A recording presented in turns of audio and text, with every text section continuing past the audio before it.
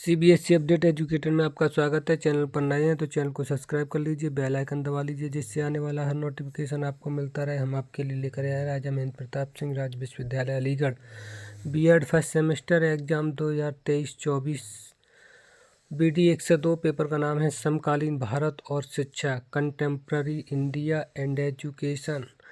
ठीक है ना। सिर्फ 10 मिनट में असाइनमेंट फाइल बनाना सीखें। आपको असाइनमेंट फाइल बनाने में बड़ा दिक्कत होती है, कहाँ से बनाएं, कैसे बनाएं, किस प्रकार से बनाएं, तो सिर्फ 10 मिनट। तो वीडियो के अंत तक अवश्य बने रहिए। ठीक है। अगर आप बीएड कर रहे हैं, बीएड के असाइनमेंट फाइल बनाना चाहते हैं, आपको दिक्कत आ रही है, आपके पास किताब नहीं है, ठीक है ना, आपने बुक्स खरीदी नहीं है, असाइनमेंट कैसी फाइल बनाएं, किस तरीक़ा से बनाएं, ठीक है ना। तो ये सारी चीज़ें पहले हम बता चुके हैं कि कौन सा असाइनमेंट कितने नंबर का होता है, ठीक है ना। और इसी क्रम में हम बताते हैं कि ये क्यों ज़रूरी है, क्योंकि असाइनमेंट फाइल आपको हर बार बनानी होती है, ठीक है ना। ये जो बीडी पेपर है, बीडी और आपका 1 से 2 पेपर का नाम जैसे बता दिया गया, समकालीन भारत और शिक्षा, ठीक है, कंटेम्प्ररी इंडिया एंड एजुकेशन। तो इससे रिलेटेड हमने आपके लिए एक वीडियो तैयार की है, ठीक है ना, यानी असाइनमेंट कैसे बनाते हैं, ठीक है ना। 10 मिनट में आप असाइनमेंट बनाएंगे, आपको किसी प्रकार की कोई दिक्कत नहीं है। तो अभी तक आप चैनल पर नए हैं तो चैनल को सब्सक्राइब कर लीजिए, वीडियो को लाइक कर दीजिए, शेयर कर दीजिए, कमेंट कर दीजिए और वीडियो के अंत तक अवश्य बने रहिए। अगर आपको पूरी जानकारी चाहिए, ठीक है ना, पूरी जानकारी चाहते हैं और इस असाइनमेंट की आप पीडीएफ चाहते हैं, ठीक है, तो चैनल को सब्सक्राइब कर दीजिए, वीडियो के अंत तक अवश्य बने रहिए। पूरी जानकारी आपको वीडियो पीडीएफ कैसे मिलेगी, इसकी जानकारी हम वीडियो के अंत में ही देते हैं, ठीक है ना। तो आपको अगर पीडीएफ चाहिए तो वीडियो के अंत तक बने रहिए, जुड़े रहिए, जिससे कि आपको इसकी पीडीएफ भी आपको प्रोवाइड करा दी जाएगी। कैसे करा दी जाएगी उसकी सारी जानकारी हम वीडियो के अंतिम क्षण में आपको प्रदान करेंगे, ठीक है ना। तो एकदम सिंपल आसान तरीका है। अब इस BD 1 से 2 की बात करें तो इसका असाइनमेंट जो होता है 20 नंबर का होता है। कितने नंबर का होता है आपका? 20 नंबर का होता है, ठीक है ना, 20 नंबर।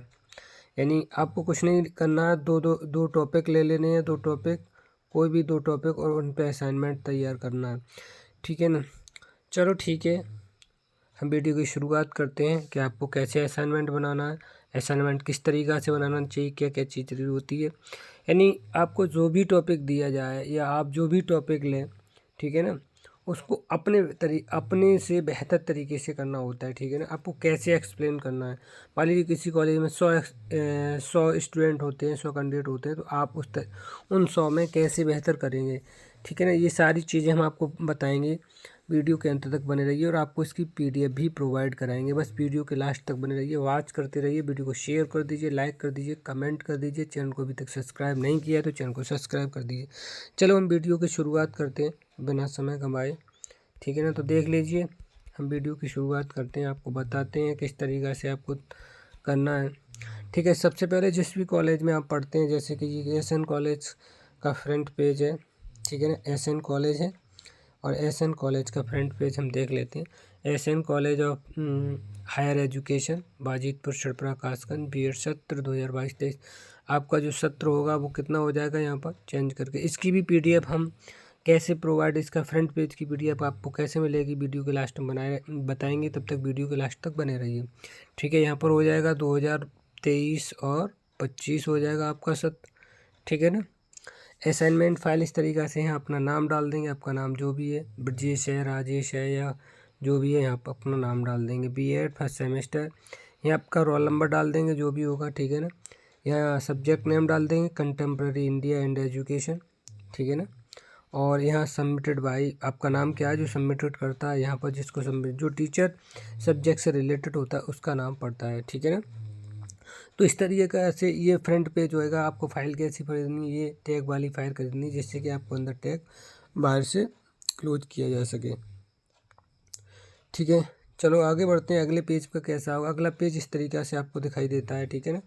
तो इस पे हम क्या करते हैं, यहाँ पर अपना नाम डाल देते हैं, यहाँ पर आपका BEd क्लास सेक्शन जो भी है, सब्जेक्ट नेम डाल देंगे कंटेम्प्ररी इंडियन एजुकेशन, यह रोल नंबर अपना पड़ जाएगा। यहाँ पर आपका सेमेस्टर कौन सा फर्स्ट है, यहाँ पर सत्र 2023 और 25 हो जाएगा, ठीक है ना। यहाँ 22-24 है तो यहाँ 23-25 हो जाएगा, ठीक, इस तरीके से। अब यहाँ पर 2 टॉपिक दिए गए, एक तो प्रयोजनवाद लिया गया और एक NEP लिया है। ज़रूरी नहीं है प्रयोजनवाद और NEP ही टॉपिक लें, आप कोई भी 2 टॉपिक ले सकते हैं जो आपको सूटेबल लगते हैं, या आपको कॉलेज जो भी प्रोवाइड कराता है वहाँ से उन टॉपिक पर आपको असाइनमेंट फाइल लिखनी होती है। जब कोई टॉपिक आपको प्रोवाइड कराते हैं तो आपको बड़ा दिक्कत होती है यार, कैसे बनता है, किस तरीक़ा से बनता है, क्या असाइनमेंट पढ़ाया जाए, बड़ा दिक्कत है। क्योंकि आपको मालूम है जो भी एक्सपर्ट होते हैं, सब्जेक्ट एक्सपर्ट होते हैं, तो आपको बताते हैं कि भाई आपको ये 20 नंबर की एक फ़ाइल है और 20 नंबर अब आपको चाहिए, तो बेहतर तरीके से आपको बनाना है।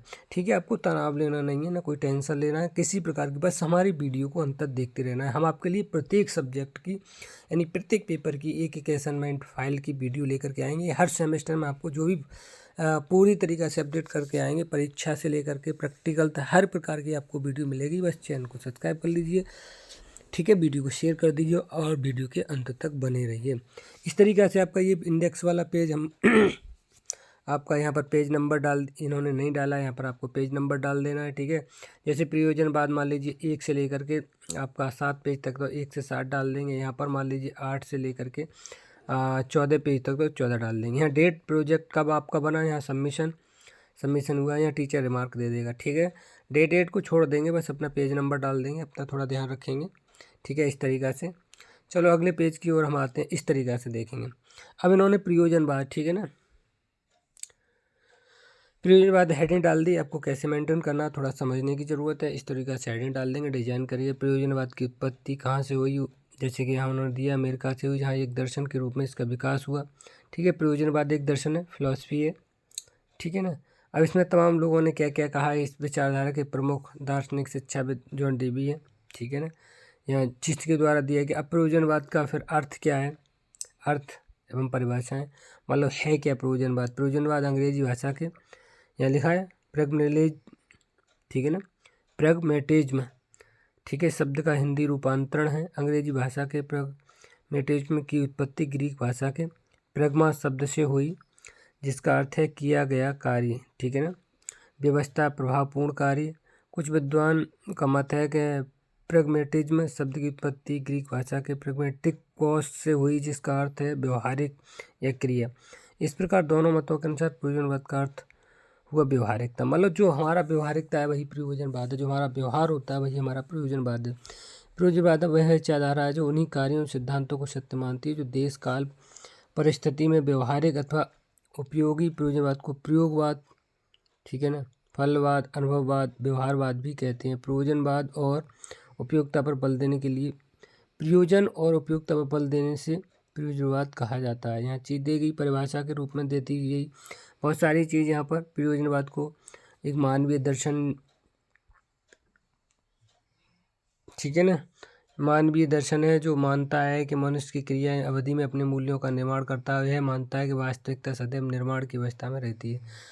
ये फिर नीचे और भी ये प्रयोजनवाद के सिद्धांत बताए गए। प्रयोजनवाद के सिद्धांत जैसे बहुतत्ववाद में विश्वास मत है। बहुतत्ववाद बताया गया सत्य की परिवर्तनशील सत्य जो होता है परिवर्तनशील होता है, चेंज होता रहता है। उपयोगिता के सिद्धांत पर बल दिया, ठीक है ना, उपयोगिता बहुत ही महत्वपूर्ण चीज़ होती है। इस तरीक़ा से ये हेडिंग डाल के माध्यम से कई चीज़ें बताई गई है ना। निश्चित लक्ष्यों एवं मूल्यों का विरोध, ठीक है, क्रिया का महत्व क्या होता है, मानव की धारणा कैसी होती है, सामाजिक तथा जनतांत्रिक मूल्यों पर विश्वास कैसे किया जा सकता है, ये सारी चीज़ें हेड डाल करके प्रयोजनवाद के बारे में अप्रयोजनवाद की विशेषताएं बताई गई। ठीक है ना, प्रयोजनवाद की बहुत सारी विशेषताएं बताई गई यहाँ पर देखेंगे आप। इस तरीक़ा से हेडिंग डाल के यहाँ दिया गया है तो आप पॉइंट डाल करके उसको हेडिंग के रूप दे सकते हैं, जिससे कि बेहतर तरीके से, ठीक है, लिखते समय थोड़ा राइटिंग का ध्यान रखेंगे, उसको कैसे मेंटेन करना है इस चीज़ का ध्यान रखेंगे। अब बताया गया है दर्शन भौतिक एवं अलौकिक अभिवृत्ति रखता है।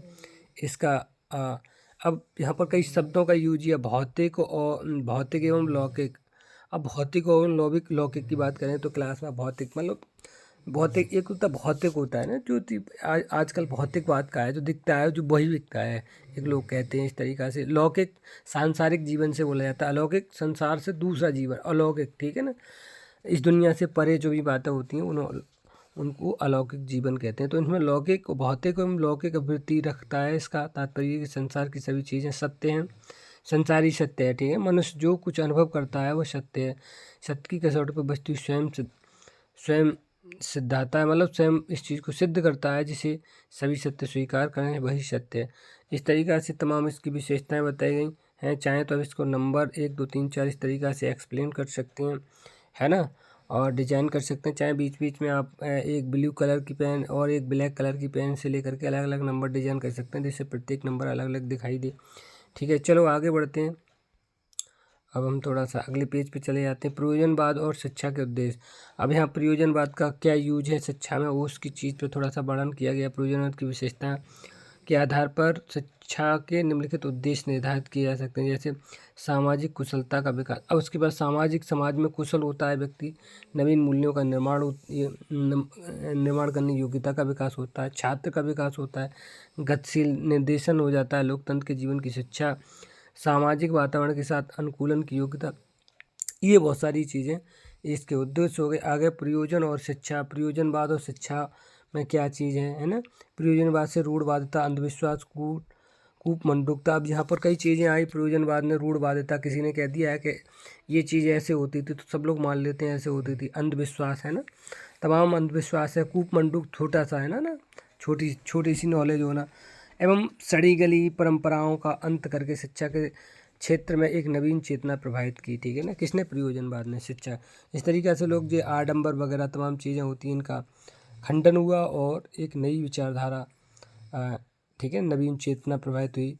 और जो अब इसका प्रयोग करने का श्रेय किसको जाता है, शिक्षा जॉन डेवी को जाता है। उन्होंने कहा कि शिक्षा जीवन की पूरी तैयारी नहीं वरन स्वयं जीवन है। अब कितनी बड़ी बात कह दी है ना, शिक्षा जीवन की पूरी तैयारी नहीं वरन स्वयं जीवन है। शिक्षा एक सामाजिक कार्य और सामूहिक रूप से समाज के लोगों को स्वतंत्र विचारों और चिंतन करके सीखने की चेतना उत्पन्न करता है। अब यहाँ सब आडंबर वगैरह जो भी झूठ फरेब रूढ़वादिता अंधविश्वास सबका खंडन कर दिया किसने, प्रयोजनवाद ने। उनका वो पूरी तरीक़ा से मनुष्य स्वतंत्र है, अपने विचार रख सकता है, चिंतन कर सकता है, मनन कर सकता है और सीख सकता है। ये सारी चीज़ें बताई। अब प्रयोजनवाद शिक्षा की प्रमुख विशेषताएं भी यहाँ पर एक्सप्लेन की गई। ठीक है, अगले पेज पर हम देखेंगे बालक का वास्तविक जीवन। अब कोई बालक होता है तो उसका वास्तविक जीवन क्या होता है, इस चीज़ पे थोड़ा सा विचार डाला गया है ना। मनुष्य अपने जन्म से सीखने की क्षमता है, सीखने की क्षमता उसको ज्ञानेंद्रियों और अनुभव के आधार पर होती है। अब सीखने की क्षमता ज्ञानेंद्रियाँ, अब आप जानते हैं ज्ञानेंद्रियाँ कौन सी होती हैं, 5 ज्ञानेंद्रियाँ होती हैं, आँख, नाक, कान, जीभ, त्वचा, है ना। बाकी सब कर्मेंद्रियाँ होती हैं। उनके आधार पर जब सीखता है तो उसे वास्तविक जीवन का अनुभव होता है। ठीक है ना। अब किसी रूम में एसी में बैठा हुए आदमी को थोड़ी मालूम सर्दी क्या चीज़ होती है, सर्दी कैसे पड़ती है। जब आदमी किसान खेत में फसल भरता है, कड़ाके की सर्दी पड़ रही होती है तो उसको पता होता है कि जीवन क्या है ना। इस तरीक़ा से बालक का महत्व क्या है, ये सारी चीज़ों। और शिक्षा की लोकतांत्रिकता क्या है, बालकों को किस स्वतंत्र जीवन में जीना चाहिए।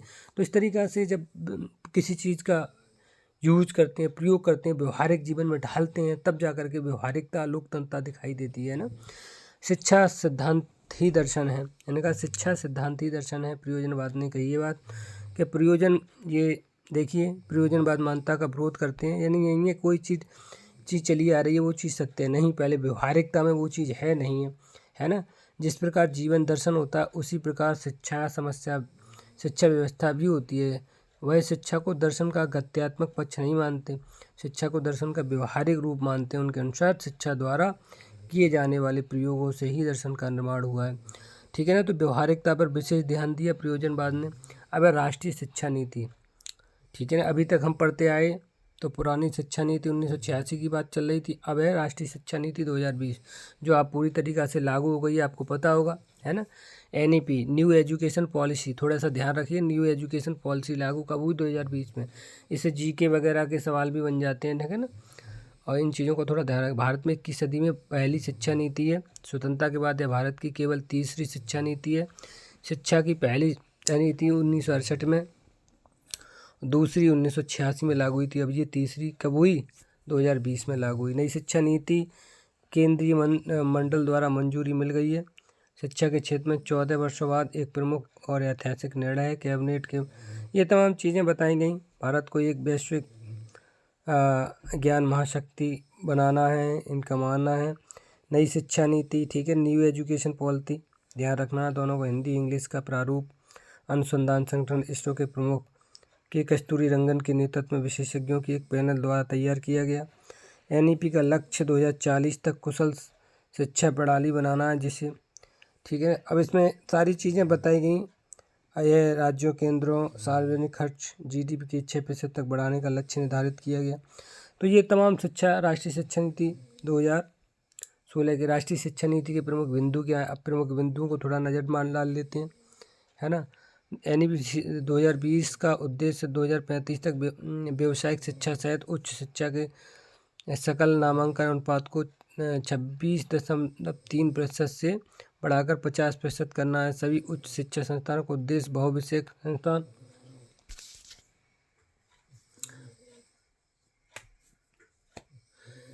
ठीक है, संस्थानों को उद्देश्य एवं बहुविषयक संस्थान बनाना होगा, जिसमें प्रत्येक में 3000 या अधिक छात्र होंगे। अब उन्होंने तमाम चीज़ें बताई। उच्च शिक्षा संस्थान होते हैं, बहुविषयक संस्थान बनाना होगा, मतलब एक संस्थान में बहुत सारे विषयों की पढ़ाई कराई जाए, जिसमें से कम प्रत्येक संस्थान में 3000 से ज़्यादा छात्र हों। ऐसा तमाम लक्ष्य निर्धारित किए गए। मुख्य बिंदु हैं स्कूली शिक्षा कैसे होगी, किस तरीक़ा से होगी, ये सारी चीज़ें इसमें बताई गई, है ना। स्कूलों में नई NCF मतलब नेशनल करिकुलम फ्रेमवर्क पेश की जाएगी। कक्षा 5 तक शिक्षा का माध्यम मातृभाषा होगा, ठीक है ना। सिर्फ रट्टा सीखने के बजाय मुख्यधारा बच्चे के कौशल और क्षमताओं पर होगा। पाठ्यक्रम की संरचना में बड़े बदलाव होंगे। आर्ट, साइंस, कॉमर्स के बीच कोई बड़ा अलगाव नहीं है, ठीक है। ये सारी अब बोर्ड परीक्षाएं ज्ञान के अनुप्रयोग पर आधारित होंगी। अब यहाँ पर पाठ्यक्रम शैक्षिक संरचना का पालन किया जाएगा।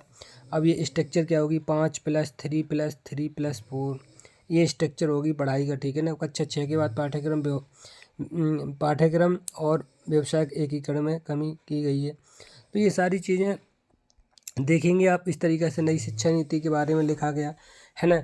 कोई चीज़ को सरल करना है, पैसेज है, तो उसमें क्या करते हैं, पॉइंटों के रूप में लिखते हैं, जिससे हमें आसानी होती है। अब ये 2025 तक पूर्ण प्राथमिक 3 से 6 वर्ष की आयु को सार्वभौमिक बनाना, 2030 तक स्कूली शिक्षा को 100%, ठीक है। ये सारी चीज़ें इसमें तमाम चीज़ें कनेक्ट की गई। और इस तरीक़ा से इसमें कक्षा 3, 5, 8 की राज्य जनगणना परीक्षा शामिल है। एक अन्य महत्वपूर्ण सिफारिश 10वीं बोर्ड परीक्षा के पुनर्गठन की थी, जो मुख्य रूप से केवल कौशल, मूल अवधारणाओं, उच्च क्रम की सोच क्षमताओं पर ध्यान केंद्रित करेगी और उनका परीक्षण करेगी। अब उस फिर बाद में उच्च शिक्षा के बारे में तमाम बिंदु दिए गए, ठीक है ना। क्या क्या होगा, क्या क्या, ठीक है ना, बहुत सारी चीज़ें होगी। अब आप देख रहे हैं एनईपी में अब सेमेस्टर वाइज प्रणाली होगी, सारी चीज़ें, ठीक है ना। हर भाग में अब देखेंगे तो ऑब्जेक्टिव क्वेश्चन तमाम चीज़ें हैं। असाइनमेंट वर्क जुड़ गया, बहुत सारी चीज़ें। एमफिल बंद किया जाएगा, इसमें कई चीज़ें जुड़ी। एमफिल बंद हो जाएगा, ठीक है ना, एनईपी में। रिसर्च, चीटिंग, इंटर्नशिप, विश्वविद्यालयों की स्थापना, भारत के परिसर में विदेशी विश्वविद्यालय की स्थापना, ये तमाम नई चीज़ें। कई प्रवेश निकास विकल्पों के साथ 4 वर्षीय स्नातक डिग्री शुरू की जाएगी, यानी अभी डिग्री जो है 3 वर्षीय, अभी ये 4 वर्षीय शुरू हो जाएगी। तो इस तरीक़ा से तमाम चीज़ें इसमें शामिल की गई हैं नई शिक्षा नीति में।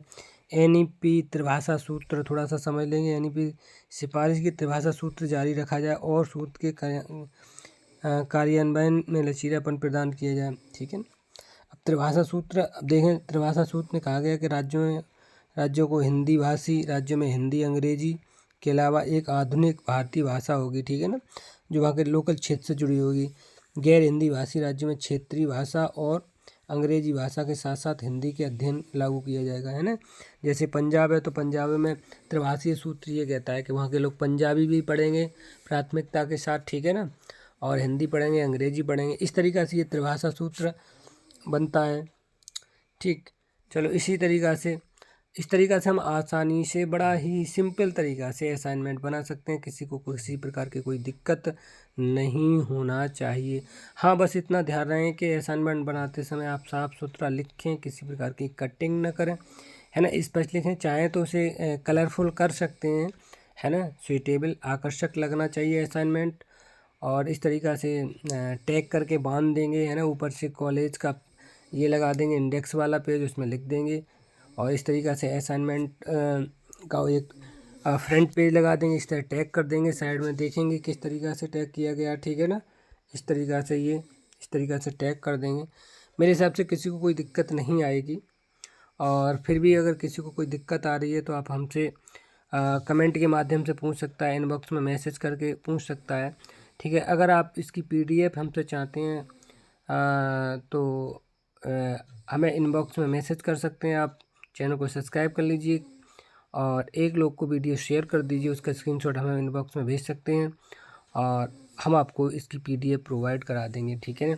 इसी के साथ साथ अगली वीडियो हम फिर लेकर के आएंगे BD 103। ठीक है ना, क्या चीज़? BD और 103। ठीक है ना, योगा से संबंधित आपकी असाइनमेंट कैसे बनाएंगे उसके लिए भी हम आपके लिए वीडियो लेकर आएंगे। तब तक हमारे साथ बने रहिए। और अगर आपको PDF इसकी चाहिए तो हमारा नंबर है, ठीक है ना, हम आपको नंबर प्रोवाइड कराते हैं। नंबर हमारा है 9719815279। ठीक है ना, 9719815279, 9719815279। ठीक है ना, इस नंबर पर व्हाट्सएप पे मैसेज कर सकते हैं, अपना नाम लिखें, स्क्रीनशॉट दोनों डालेंगे, हम आपको PDF प्रोवाइड करा देंगे। ठीक है, जिससे आपको असाइनमेंट बनाने में किसी प्रकार की कोई दिक्कत नहीं होगी, ना कोई परेशानी होगी। फिर भी आपको कोई दिक्कत होती है, ठीक है ना, फिर भी आपको कोई परेशानी आ रही है तो आप हमसे कमेंट के माध्यम से पूछ सकते हैं, हम आपकी पूरी मदद करेंगे। ठीक है ना, फिर भी आपको कोई प्रॉब्लम है तो हमें कमेंट के माध्यम से, कॉल के माध्यम से संपर्क कर सकते हैं। हर प्रकार से हम आपकी मदद करेंगे। ठीक है, एजुकेशन से रिलेटेड किसी भी प्रकार की कोई जानकारी आपको चाहिए तो हमें फ्री टाइम में कॉल कर सकते हैं, कॉल के माध्यम से संपर्क कर सकते हैं। इसके बाद हम आपके लिए BD 103, ठीक है ना, योगा एजुकेशन से रिलेटेड वीडियो लेकर के आएंगे असाइनमेंट फाइल से संबंधित। तब के लिए आज के लिए इतना ही। दोस्तों, आपको हमारी वीडियो कैसी लगी कमेंट के माध्यम से बस बताइएगा। वीडियो को लाइक कर दीजिए, शेयर कर दीजिए और चैनल को अभी तक सब्सक्राइब नहीं किया है तो चैनल को सब्सक्राइब कर दीजिए। अगर आपको इसकी PDF चाहिए तो हमने आपको बता दिया, हमारा नंबर है 9719815279। इस नंबर पर आप हमसे कॉन्टैक्ट कर सकते हैं और हमसे PDF ले सकते हैं। आज के लिए इतना ही। तो दोस्तों, हमारी वीडियो कैसी लगी? आज के लिए इतना ही। Thank you so much. जय हिंद, जय भारत।